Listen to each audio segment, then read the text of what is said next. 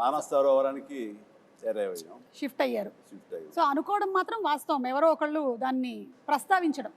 అంటే రకరకాల ఇద్దరు ఎక్కడ కలిస్తే బాగుంటుంది దాని మీద ఇందాక డైరెక్ట్గా చెప్పినట్టుగా మూన్ మీద ఎలా ఉంటుంది, ఇక్కడి నుంచి అవసరంతో నాకు డబ్బులు అవసరం, బాగా ఒంటి పడిపోయిన ఒక అమ్మాయిని ట్రీట్మెంట్ ఇవ్వడం కోసం ఆ డబ్బులు కావాలంటే ఎవరో ఒక సైంటిస్ట్ ఇచ్చిన ఆఫర్కి నేను చంద్రలోకం మీదకి వెళ్తే అక్కడ శ్రీదేవి కనపడితే అక్కడ సహజంగానే స్లో మోషన్లో నడుస్తూ ఉంటుంది కాబట్టి అదొక అందాలు వచ్చి దేవతలాగా తీయచ్చు అనేది ఉంది. కొన్నాళ్ళు పోయిన తర్వాత ఇంకెక్కడైనా బెటరా అని చెప్పేసి సో అట్లా అందరూ అనటంలో నేను కూడా ఒక మాటగా మానస సరోవరం అప్పుడే చైనీస్ వాళ్ళ వాళ్ళ కంట్రోల్ నుంచి జనరలైజ్ చేసి ఇండియన్స్ కూడా రావచ్చు అని అన్నారు. మన పూర్వం జగదేక వీరుడు అనే ఒక సినిమా ఉంది రామారావు గారి, అందులో దేవతలు మానస సరోవరం దగ్గర దిగుతారనే ప్రతీతి ఉంది. సో ఆ రోజు ఆ ప్యానల్ డిస్కషన్లో నేను అప్పుడే చూసిన ఈ న్యూస్ని వాళ్ళందరి ముందు చెప్తే అక్కడ దిగితే అయితే బాగానే ఉంటుంది. ఎందుకంటే ఇప్పటికి కూడా కొంత మానస సరోవరం వెళ్ళి అక్కడ స్టార్స్ దిగుతుంటే అవే దేవతలు అనుకుంటూ వాటిని దర్శనం చేసుకుని వచ్చే నమ్మకం ఇప్పటికీ ఉంది. అదైతే మోస్ట్ రిలవెంట్గా ఉంటుందని దాని మీద అందరం కలిసి ఏకాభిప్రాయం వచ్చి ఎస్ మీరు అన్నమాట మీరు అందరూ అక్కడ మానస సరోవరం దిగుతున్నారు కదా, రేపు తెర మీద చూపిస్తా చూడండి ఛాలెంజ్ అంటూ ఈయన అన్న మాట నేను ఇప్పటికీ మర్చిపోలేను.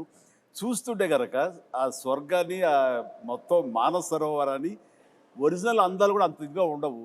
అది విజయ వాహిని స్టూడియో 8th ఫ్లోర్లో ఆయన అది క్రియేట్ చేశారు. That is greatness of Raghavendra Rao garu, great. And అలాగే చిరంజీవి గారు, అంటే ఈ రోజుల్లో మీరు నిజంగానే ఒక పెద్ద ఇన్స్పిరేషన్ అని చెప్పడానికి ఇంకొక రీజన్ ఏంటంటే మాకు తెలిసింది మీరు 105 జ్వరంతో కూడా సాంగ్ని ఒక 3 to 4 days వర్క్ చేసి కంప్లీట్ చేసి అండ్ ఆ తర్వాత వెళ్ళి హాస్పిటలైజ్ అయ్యారని విన్నాము. అది ఏ సాంగ్? అది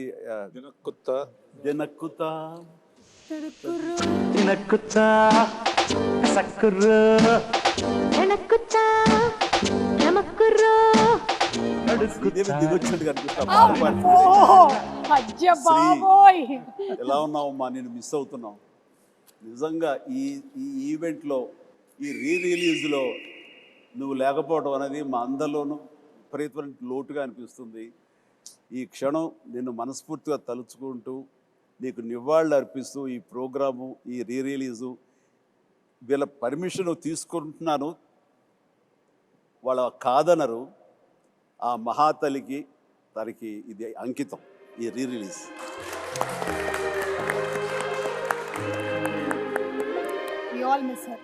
తను మళ్ళీ గుర్తు చేసుకుంటూ ఆ సాంగ్ అప్పుడు అది last song of the film.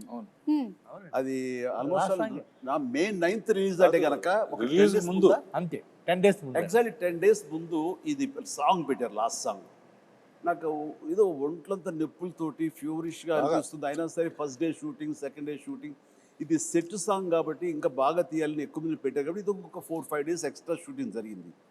Second day నుంచి ఓపిక ఉండట్లేదు, చూస్తే ఫ్యూవర్గా అనిపిస్తుంది. మేకప్ రూమ్లో కూర్చుని ఖాళీగా ఉన్నప్పుడు డాక్టర్స్ దీంట్లో ఆ ట్రీట్మెంట్ తీసుకుంటూ మళ్ళీ పిలవగానే మళ్ళీ అక్కడికి వెళ్ళి ఆ సుందరం మాస్టర్ గారు ఉండేవారు, ప్రభుదేవ ఉండేవారు, డైరెక్టర్ గారు, వీళ్ళందరూ కంపోజ్ చేసే సాంగ్ని దెన్ అండ్ దేర్ ఓన్లీ ఎక్కువ రిహార్సల్స్ చేసి ఓపిక లేదు, ఫటాఫట్ చేసేసి మళ్ళీ కుర్చేసి కూలబడిపోయేవాడిని.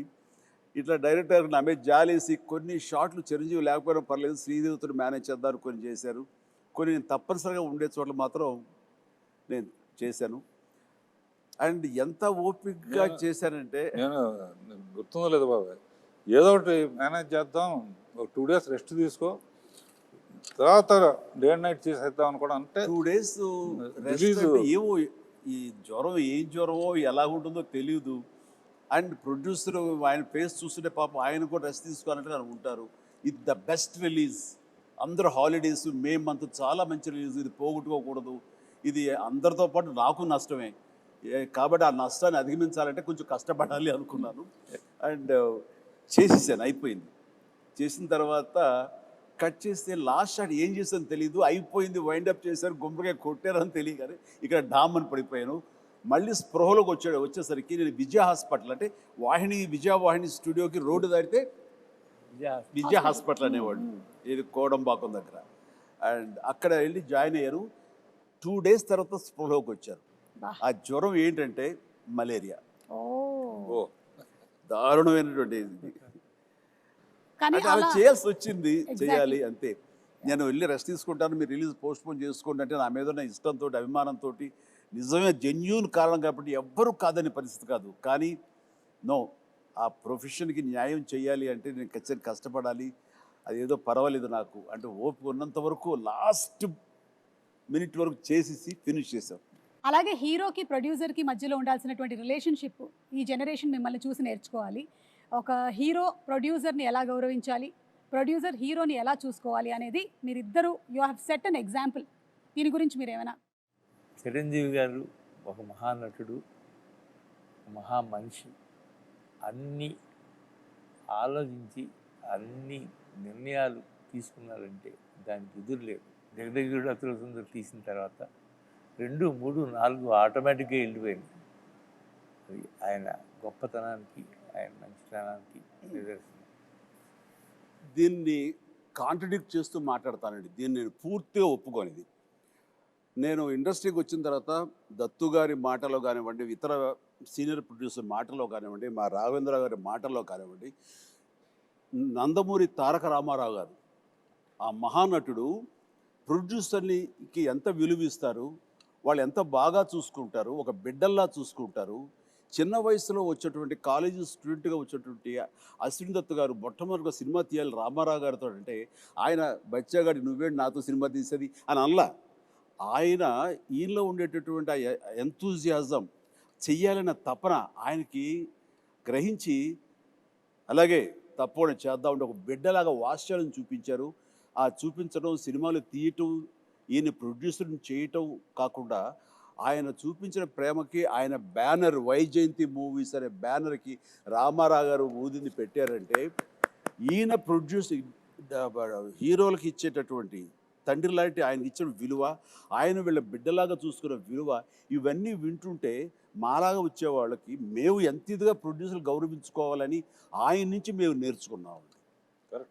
అంటే కాబట్టి నేను కూడా నా ప్రొడ్యూసర్స్కి అంత విలువ ఇచ్చి, వాళ్ళు లేకపోతే నేను లేను కదా.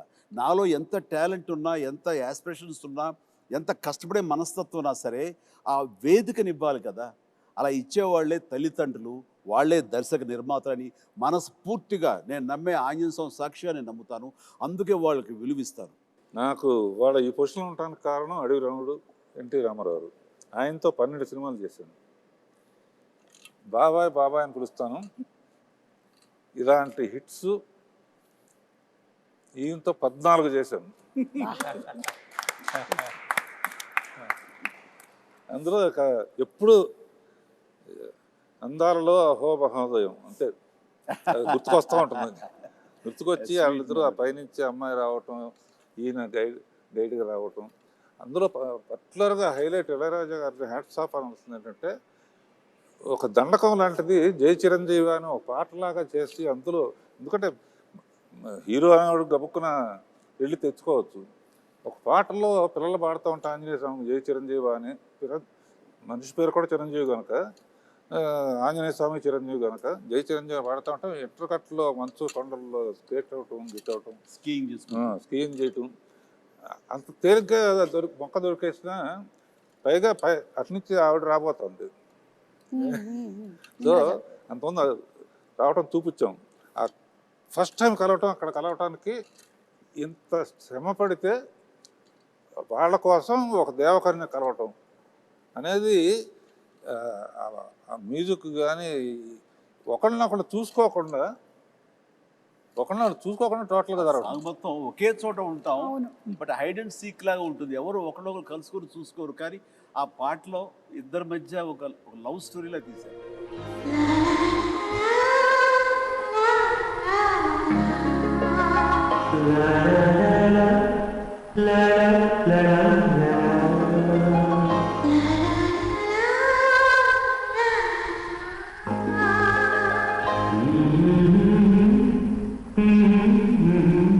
అలాగే ఇందులో వర్క్ చేసినటువంటి గ్రేట్ టెక్నీషియన్స్ లైక్ ఇళయరాజా గారు, రాజు సుందరం గారు, విన్సెంట్ గారు, వాళ్ళ గురించి ప్రకాష్ గారు, Vincent garu, yes. Vincent garu. Yeah 8th floor biggest floor ఏషియాలో వాణి స్టూడియోలో.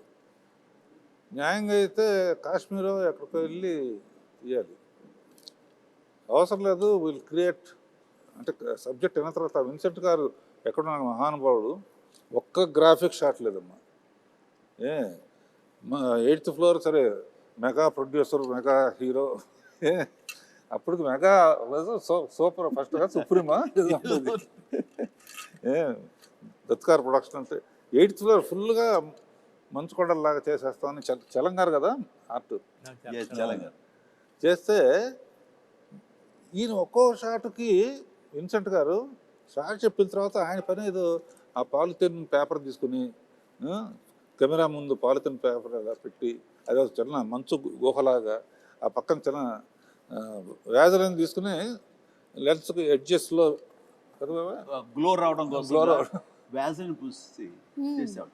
అది నేకెడే చూస్తే ఏంటది ఆయన ఇలా చేసుకుంటున్నారని, బట్ కెమెరాలు చూస్తే అప్పుడు ఇంకోటి లేవుగా, మన మానిటర్లు కూడా monitors లేవు. లేవు. అవును.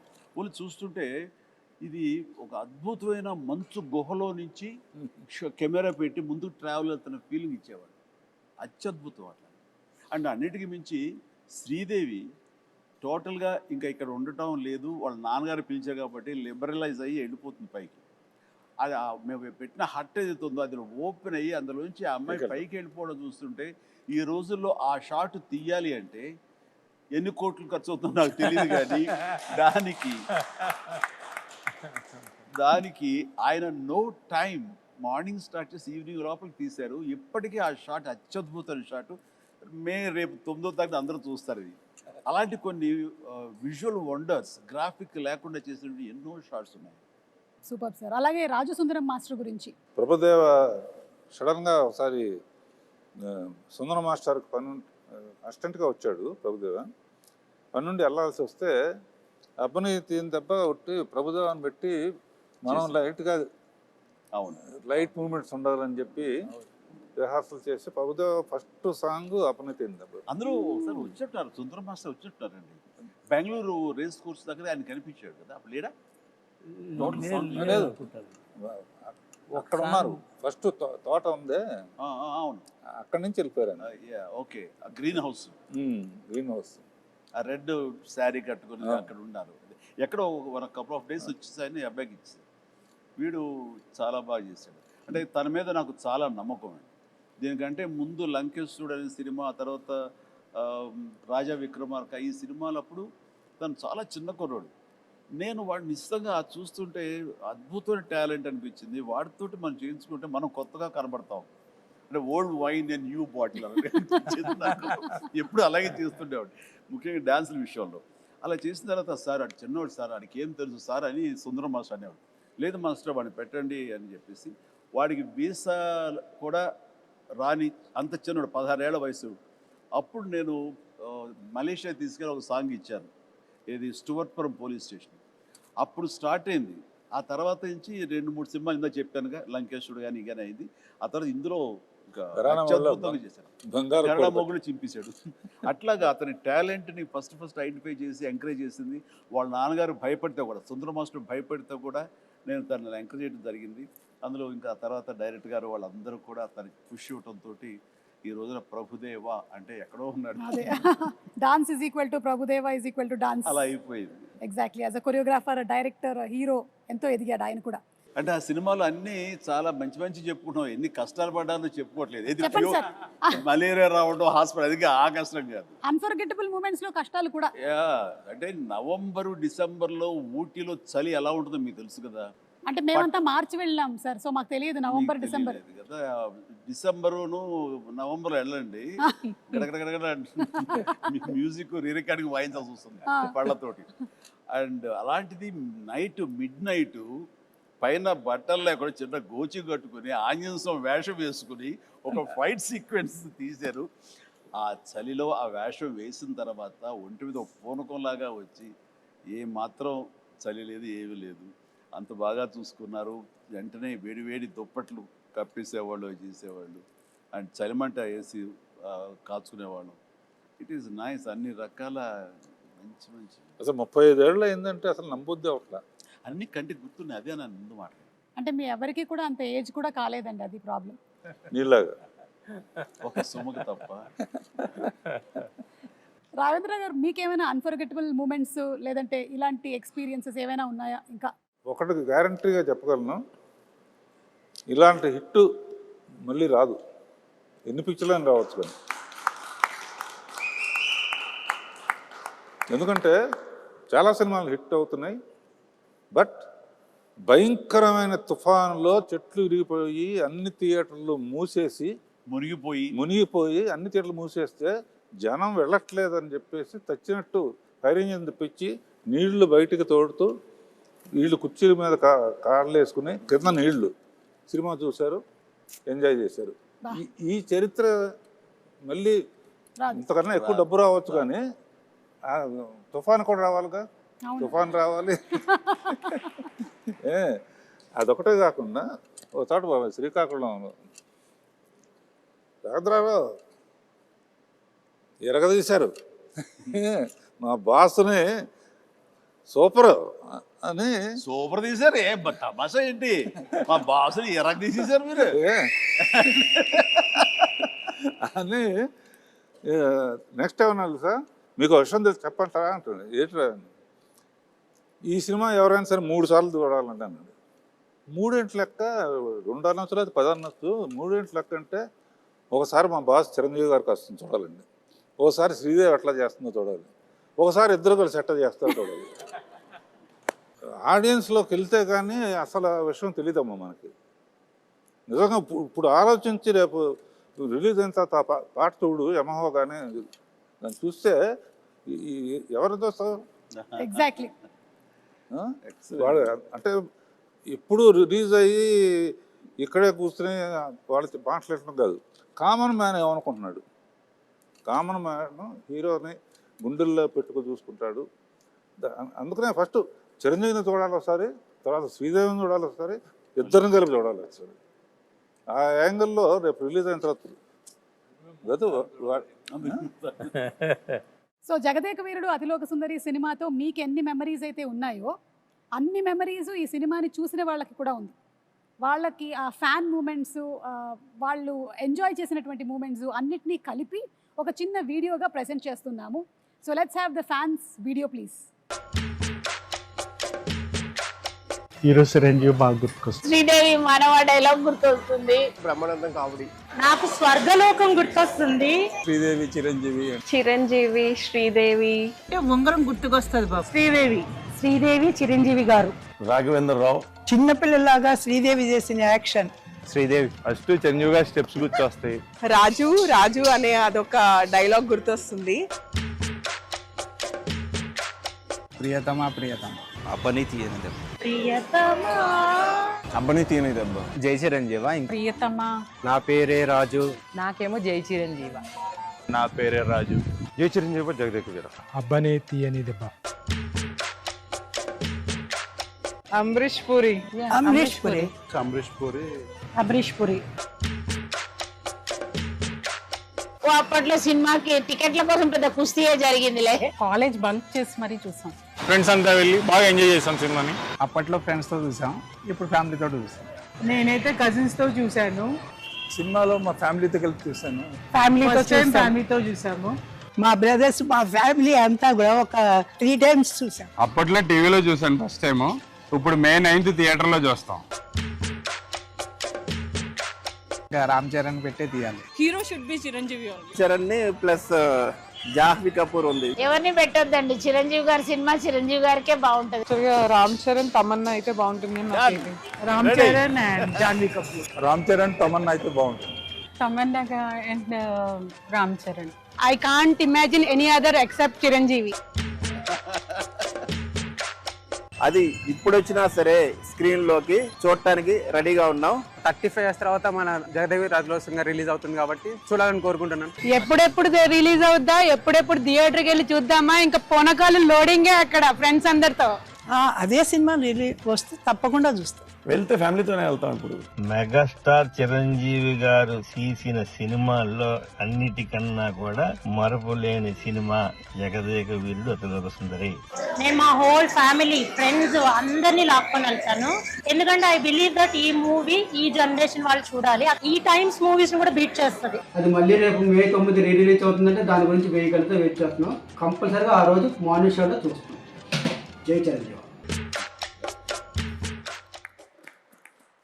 అంటే కొన్ని సినిమాలకి కొన్ని క్వశ్చన్స్ అడిగారంటే కొన్నిటికి సమాధానం దొరకదు, విలన్ ఎవరు ఏంటి అని. కానీ ఈ సినిమా విషయంలో ప్రతి ఒక్కటి, ఇది మాత్రమే కాదు, అడిగితే చిరంజీవి గారు అబ్బని తీయని దెబ్బలో ఫస్ట్ వేసుకున్న షర్ట్ కలర్ ఏంటి, శ్రీదేవి గారి శారీ కలర్ ఏంటి, దాంతో సహా చెప్పగలిగిన వాళ్ళు చాలామంది ఉన్నారు అంటే అది అతిశయోక్తి కాదు. అలాంటి ఇంపాక్ట్ క్రియేట్ చేసింది ఈ cinema. So that's the fan video. ఇంకా చాలా ఉన్నాయి కానీ కొన్ని క్లుప్తంగా తీసుకొని వచ్చి చూపించడం జరిగింది.